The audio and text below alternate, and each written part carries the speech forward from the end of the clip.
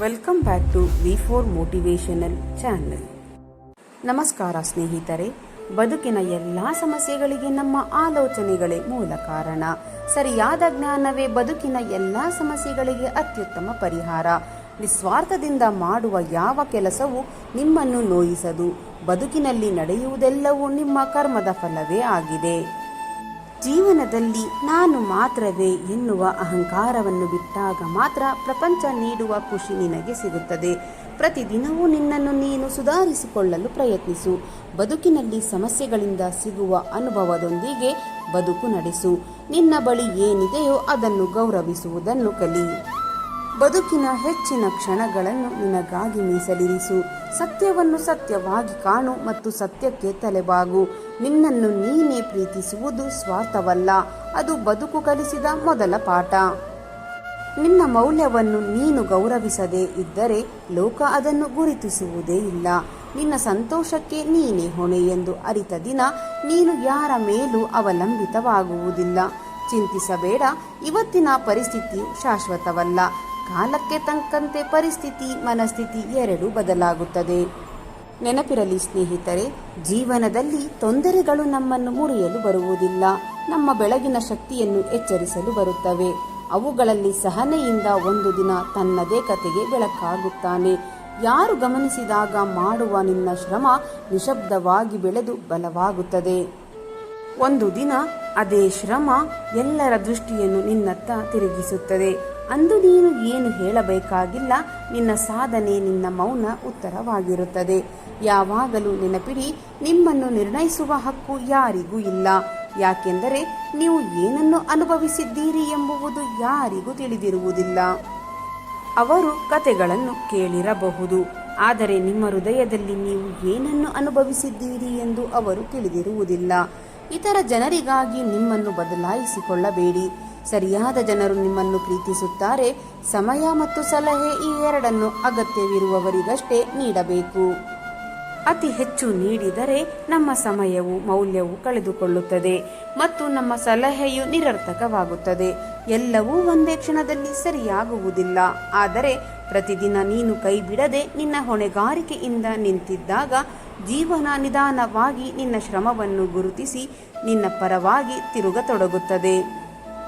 ಯುದ್ಧವನ್ನು ಅಷ್ಟೇ ಅಲ್ಲ, ಜೀವನದ ಸಂಕಷ್ಟಗಳನ್ನು ಕೇವಲ ಬಲದಿಂದ ಗೆಲ್ಲಲು ಸಾಧ್ಯವಿಲ್ಲ. ಕೃಷ್ಣನು ತೋರಿದಂತೆ ತಾಳ್ಮೆ, ತಂತ್ರ ಮತ್ತು ಸಮಯಕ್ಕೆ ತಕ್ಕಂತೆ ವರ್ತಿಸುವ ಬುದ್ಧಿವಂತಿಕೆ ಅತಿ ಮುಖ್ಯ. ನಾವು ಎಷ್ಟೇ ಒಳ್ಳೆಯವರಾಗಿದ್ದರೂ ಯಾರೋ ಒಬ್ಬರ ಕಥೆಯಲ್ಲಿ ನಾವು ಕೆಟ್ಟವರೇ. ಹಾಗಾಗಿ ಎಲ್ಲರಿಗೂ ಇಷ್ಟ ಆಗೋಕೆ ಅಂತ ನಟನೆ ಮಾಡುತ್ತಾ ಜೀವಿಸುವುದಕ್ಕಿಂತ ನಮಗೆ ಹೇಗೆ ಇಷ್ಟನೋ ಹಾಗೆ ಜೀವಿಸುವುದು ಉತ್ತಮ. ಸಾಧಿಸುವ ಮುನ್ನ ಹಾಸ್ಯವಾಗಿ ನೋಡುತ್ತಾರೆ, ಸಾಧಿಸಿದ ಮೇಲೆ ವಿಶೇಷವಾಗಿ ನೋಡುತ್ತಾರೆ. ಆದ್ದರಿಂದ ನೀವು ಏನು ಅಂದುಕೊಳ್ಳುತ್ತೀರೋ ಅದನ್ನು ಅರ್ಧದಲ್ಲಿ ಎಂದಿಗೂ ಕೈಬಿಡಬೇಡಿ. ಕೆಲವು ಸಂಬಂಧಗಳನ್ನು ದೇವರೇ ಹಾಳು ಮಾಡಿಬಿಡುತ್ತಾನೆ, ಕಾರಣ ಜೀವನ ಹಾಳಾಗಬಾರದೆಂದು. ಹಾಗಾಗಿ ಹೋಗುವವರನ್ನು ಹೋಗಲು ಬಿಡಿ. ಬಾಡದ ಹೂವನ್ನು ಬೆಳೆದವರ್ಯಾರು? ನೋವಿಲ್ಲದ ಜೀವನವನ್ನು ಕಳೆದವರ್ಯಾರು? ಯಾರು ಎಷ್ಟೇ ಸುಂದರವಾದ ವೇಷ ಹಾಕಿದರೂ ಪರಿಸ್ಥಿತಿಗಳು ಮತ್ತು ಕಾಲ ಅವರವರ ನಿಜ ಸ್ವರೂಪಗಳನ್ನು ಎಲ್ಲೆಯೋ ಒಂದು ದಿನ ಪರಿಚಯ ಮಾಡುತ್ತದೆ. ಪರಮಾತ್ಮ ನಿನ್ನ ಪರಮ ಮಿತ್ರ. ಏಕಾಂತದಲ್ಲಿ ಒಮ್ಮೆ ಕುಳಿತು ಯೋಚಿಸಿ ನೋಡಿ, ಈ ಸೃಷ್ಟಿಯಲ್ಲಿ ನನ್ನ ಅಂತ್ಯವಾದರೆ ಯಾರಿಗೆ ಅತಿ ಹೆಚ್ಚು ನೋವು ಮತ್ತು ನಷ್ಟವಾಗುತ್ತದೆ ಎಂದು.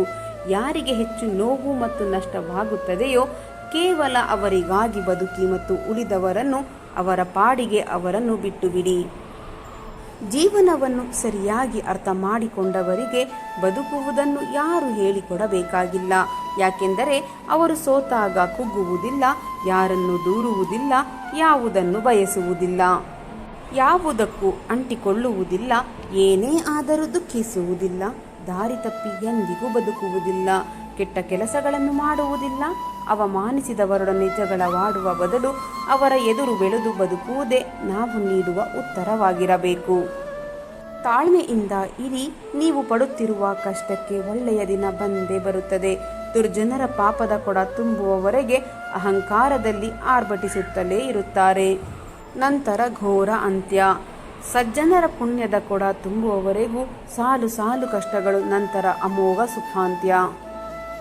ಜೀವನದಲ್ಲಿ ಅತಿ ಕಠಿಣ ಸಂದರ್ಭಗಳು ಎದುರಾದಾಗ ಮನಸ್ಸಿನ ಯಾವುದೋ ಮೂಲೆಯಲ್ಲಿ ಎಲ್ಲವೂ ಒಳ್ಳೆಯದಾಗುತ್ತದೆ ಎಂಬ ಧ್ವನಿ ಬರುತ್ತದೆ. ಆ ಧ್ವನಿಯ ಮೂಲ ಸ್ವಯಂ ಭಗವಂತನದ್ದೇ ಆಗಿರುತ್ತದೆ. ಕೆಟ್ಟವರಿಗೆ ಕಾಲ ಹೇಗೆ ಕಾಲು ಎಳೆಯುತ್ತದೆಯೋ ಹಾಗೆ ಒಳ್ಳೆಯವರಿಗೆ ಕಾಲ ಸಮಯಕ್ಕೆ ಸರಿಯಾಗಿ ಕೈ ಹಿಡಿಯುತ್ತದೆ. ಏಕಾಂಗಿಯಾಗಿ ಇರುವುದನ್ನು ಕಲಿಯಿರಿ, ಅಂದಾಗ ಮಾತ್ರ ಯಶಸ್ಸು ಸಾಧ್ಯ. ಜನರು ನಿಮ್ಮನ್ನು ತೊರೆದಾಗ ನೀವು ನಿಮ್ಮ ಕೆಲಸವನ್ನು ಒಂಟಿಯಾಗಿ ಮಾಡಲು ಸಮರ್ಥರು ಎಂದು ಅರ್ಥ ಮಾಡಿಕೊಳ್ಳಿ. ಬದುಕು ಕೆಸರಾಗಿದ್ದರೂ ಪರವಾಗಿಲ್ಲ, ಆದರೆ ನೀವು ತಾವರೆಯಂತೆ ಬದುಕಿ. ಏಕೆಂದರೆ ತಾವರೆಯು ಕೆಸರಲ್ಲೇ ಹುಟ್ಟಿ ಕೆಸರಲ್ಲೇ ಬೆಳೆದರೂ ಸಹ ತಾನು ಕೆಸರಾಗದೆ ತಾವರೆ ಹಾಗೆಯೇ ಉಳಿದು ಬಿಡುತ್ತದೆ. ಅರ್ಥವಿಲ್ಲದ ಮಾತುಗಳಿಗೆ ಎಷ್ಟು ಸಮಯ ನೀಡಿದರೂ ವ್ಯರ್ಥವೇ. ಹಾಗೆಯೇ ಜೀವನದಲ್ಲಿ ನಿಮ್ಮನ್ನು ಅರ್ಥ ಮಾಡಿಕೊಳ್ಳದವರ ಜೊತೆ ಸಮಯ ಕಳೆದರೆ ನಿಮ್ಮ ಜೀವನ ವ್ಯರ್ಥ. ಯಾರಾದರೂ ನಿಮಗೆ ನೋಯಿಸಿದರೆ ದುಃಖ ಪಡಬೇಡಿ. ಯಾವ ಮರ ಸಿಹಿಯಾದ ಹಣ್ಣುಗಳನ್ನು ಕೊಡುತ್ತದೆಯೋ ಅದೇ ಮರಕ್ಕೆ ಕಲ್ಲು ಎಸೆಯುತ್ತಾರೆ. ಒಳ್ಳೆಯ ಸಂಬಂಧಗಳನ್ನು ಪ್ರೀತಿ ಕೊಟ್ಟು ಉಳಿಸಿಕೊಳ್ಳಿ. ಕೆಟ್ಟ ಸಂಬಂಧಗಳನ್ನು ಮೌನವಾಗಿದ್ದು ಕಳೆದುಕೊಳ್ಳಿ. ಮೌನಕ್ಕಿಂತ ಒಳ್ಳೆಯ ಉತ್ತರವಿಲ್ಲ. ಕ್ಷಮಿಸುವುದಕ್ಕಿಂತ ದೊಡ್ಡ ಶಿಕ್ಷೆ ಇಲ್ಲ. ಮನಸ್ಸಿಗಿಂತ ಒಳ್ಳೆಯ ಸ್ನೇಹಿತನಿಲ್ಲ. ಕೋಪಕ್ಕಿಂತ ದೊಡ್ಡ ಶತ್ರು ಇಲ್ಲ. ತಾಳ್ಮೆಗಿಂತ ದೊಡ್ಡ ಪರಿಹಾರವಿಲ್ಲ. ಶತ್ರು ಎಷ್ಟೇ ಋಣಾತ್ಮಕವಾಗಿ ಬಲಶಾಲಿಯಾಗಿದ್ದರೂ ಕರ್ಮದ ಫಲ ಎದುರಾದಾಗ ಶರಣಾಗತಿ ಹೊಂದಲೇಬೇಕು. ಚಿಂತೆಗಳು ತಲೆ ಸುತ್ತ ಹಾರಾಡುವ ಹಕ್ಕಿಗಳಿದ್ದಂತೆ ಹಾರಾಡಲಿ ಬಿಡಿ, ಆದರೆ ಅಲ್ಲೇ ಗೂಡು ಕಟ್ಟಲು ಅವಕಾಶ ನೀಡಬೇಡಿ. ಬದುಕು ಹೇಗಿರಬೇಕೆಂದರೆ ಸ್ನೇಹಿತರೆ, ಬೆಳಕು ಇದ್ದಾಗ ದೃಢ ನಿರ್ಧಾರವಿರಬೇಕು. ರಾತ್ರಿ ಮಲಗುವಾಗ ಆತ್ಮತೃಪ್ತಿ ಇರಬೇಕು. ಯಾರಿಗೋ ಏನನ್ನೋ ಕೊಟ್ಟೆ ಎಂದು ಅಹಂಕಾರ ಪಡಬೇಡ. ಯಾರಿಗೆ ಗೊತ್ತು ನೀನು ಕೊಡುತ್ತಿರುವೆಯೋ ಅಥವಾ ಹಳೆಯ ಜನ್ಮದ ಸಾಲವನ್ನು ತೀರಿಸುತ್ತಿರುವೆಯೋ ಎಂದು. ಇತರರ ಮೇಲೆ ಕೋಪ ಮುಂದುವರೆಸುವುದೆಂದರೆ ಬೇರೆಯವರ ಮೇಲೆ ಎಸೆಯಲು ಕೆಂಡವನ್ನು ಕೈಯಲ್ಲಿ ಹಿಡಿದಂತೆಯೇ ಸರಿ. ಅದರಿಂದ ಮೊದಲು ನಿಮ್ಮ ಕೈಯೇ ಸುಡುತ್ತದೆ. ಭೂಮಿಯ ಮೇಲೆ ಹೇಗೆ ಋತುವಿನ ಬದಲಾವಣೆ ಆಗುತ್ತದೆಯೋ ಹಾಗೆಯೇ ಮನುಷ್ಯರ ಜೀವನದಲ್ಲೂ ಸಹ ಸುಖ ದುಃಖಗಳು ಬಂದು ಹೋಗುತ್ತವೆ. ಮನಸ್ಸು ಬಿಚ್ಚಿ ನಗುವುದು, ಯಾರಿಗೂ ಕೇಡು ಬಗೆಯದೆ ಎಲ್ಲರಿಗೂ ಪ್ರೀತಿ ಪಾತ್ರರಾಗುವುದು ಒಬ್ಬ ವ್ಯಕ್ತಿಯ ಯಶಸ್ಸಿನ ಅಳತೆ. ಗೋಲುಗಳು, ಅವಕಾಶಗಳು ಹೆಚ್ಚಿನ ಸಂದರ್ಭದಲ್ಲಿ ದುರಾದೃಷ್ಟ ಇಲ್ಲವೇ ಸೋಲಿನ ಸೋಗಿನಲ್ಲಿ ಬರುತ್ತವೆ. ಇದನ್ನು ಅರ್ಥ ಮಾಡಿಕೊಂಡವರು ಬದುಕಿನಲ್ಲಿ ಗೆಲ್ಲುತ್ತಾರೆ. ನೀವು ಹೆದರುವಂತಹ ಸನ್ನಿವೇಶ ಎದುರಾಗಿದೆ ಎಂದರೆ ಅದು ನೀವು ಧೈರ್ಯವಂತರಾಗಲು ನಿಮಗೆ ದೊರೆತ ಅವಕಾಶವೇ ಸರಿ. ಬೇರೆಯವರಿಗೆ ನಮ್ಮನ್ನು ಹೋಲಿಸಿಕೊಳ್ಳುವುದು ನಮಗೆ ನಾವೇ ಮಾಡಿಕೊಂಡ ಅಪಮಾನ. ಜೀವನದಲ್ಲಿ ನಮ್ಮದೇ ವ್ಯಕ್ತಿತ್ವವನ್ನು ರೂಪಿಸಿಕೊಂಡು ಇತರರಿಗೆ ಪ್ರೇರಣೆಯಾಗಲು ಯತ್ನಿಸಬೇಕು. ಮೌನ ಮತ್ತು ಮುಗುಳ್ನಗೆಗೆ ಶಕ್ತಿಶಾಲಿ ಸಾಧನಗಳು. ಮುಗುಳುನಗೆ ಸಮಸ್ಯೆಗಳನ್ನು ದೂರ ಮಾಡಿದರೆ ಮೌನವು ಸಮಸ್ಯೆಗಳು ಉದ್ಭವಿಸದಂತೆ ತಡೆಯುತ್ತದೆ. ಯಶಸ್ಸಿದ್ದೆಲ್ಲ ತೃಪ್ತಿ ಇರುತ್ತದೆ, ಆದರೆ ಸಾಮಾನ್ಯವಾಗಿ ತೃಪ್ತಿ ಇದ್ದಲ್ಲಿ ಯಶಸ್ಸು ನೆಲೆಸಿರುತ್ತದೆ. ಇದ್ದುದರಲ್ಲಿಯೇ ತೃಪ್ತಿಪಟ್ಟು ಯಶಸ್ಸು ಪಡೆಯೋಣ. ತನ್ನ ಗುಟ್ಟನ್ನು ಯಾರೊಂದಿಗೂ ಹಂಚಿಕೊಳ್ಳಬೇಡಿ. ಯಾಕೆಂದರೆ ಜೀವನದಲ್ಲಿ ಯಾವ ಮಿತ್ರ ಯಾವಾಗ ಶತ್ರುವಾಗುತ್ತಾರೆ ಎಂದು ಹೇಳಲು ಸಾಧ್ಯವಿಲ್ಲ. ಏನನ್ನಾದರೂ ಪಡೆಯುವುದಕ್ಕಿಂತ ಏನನ್ನಾದರೂ ಸಂರಕ್ಷಿಸುವುದು ತುಂಬ ಕಷ್ಟ. ಅದು ಸಂಪತ್ತು, ಗೌರವ, ಪ್ರೀತಿ ಅಥವಾ ಒಳ್ಳೆಯ ವ್ಯಕ್ತಿಯಾಗಿರಲು ಸೋಲನ್ನು ಹೃದಯಕ್ಕೆ ಇಳಿಯಲು ಬಿಡಬಾರದು ಮತ್ತು ಗೆಲುವನ್ನು ತಲೆಗೆ ಏರಲು ಬಿಡಬಾರದು. ಸ್ವಸಹಾಯದಲ್ಲಿ ನಂಬಿಕೆ ಇರುವವರಿಗೆ ದೇವರು ಸಹ ಸಹಾಯ ಮಾಡುತ್ತಾನೆ. ಹೀಗಾಗಿ ಜಯದ ಮೊದಲ ಗುಟ್ಟು ಆತ್ಮವಿಶ್ವಾಸವೇ ಆಗಿದೆ. ಸ್ನೇಹಿತರೆ, ಇಂದಿನ ಈ ನನ್ನ ವಿಡಿಯೋ ನಿಮ್ಮ ಮನಸ್ಸಿಗೆ ಸ್ವಲ್ಪವಾದರೂ ಪ್ರೇರಣೆ ನೀಡಿದರೆ ದಯವಿಟ್ಟು ವಿಡಿಯೋಗೆ ಒಂದು ಲೈಕ್ ಮಾಡಿ, ಶೇರ್ ಮಾಡಿ. ನಿಮ್ಮ ಅಭಿಪ್ರಾಯವನ್ನು ಕಮೆಂಟ್ ಬಾಕ್ಸ್ನಲ್ಲಿ ಹಂಚಿಕೊಳ್ಳಿ. ನನ್ನ ಪ್ರಯತ್ನ ನಿಮಗೆ ಇಷ್ಟವಾಗಿದ್ದರೆ ಈಗಲೇ ನನ್ನ ಚಾನಲನ್ನು ಸಬ್ಸ್ಕ್ರೈಬ್ ಮಾಡಿಕೊಳ್ಳಿ. ಮತ್ತೆ ಮುಂದಿನ ವಿಡಿಯೋದಲ್ಲಿ ಇದೇ ರೀತಿಯ ಹೊಸ ಮೋಟಿವೇಶನಲ್ ಮಾಹಿತಿಯೊಂದಿಗೆ ಭೇಟಿಯಾಗೋಣ. ಅಲ್ಲಿಯವರೆಗೆ ಸಕಾರಾತ್ಮಕವಾಗಿ ಯೋಚಿಸಿ ಸಂತೋಷವಾಗಿ ಬಾಳಿರಿ. ಧನ್ಯವಾದಗಳು.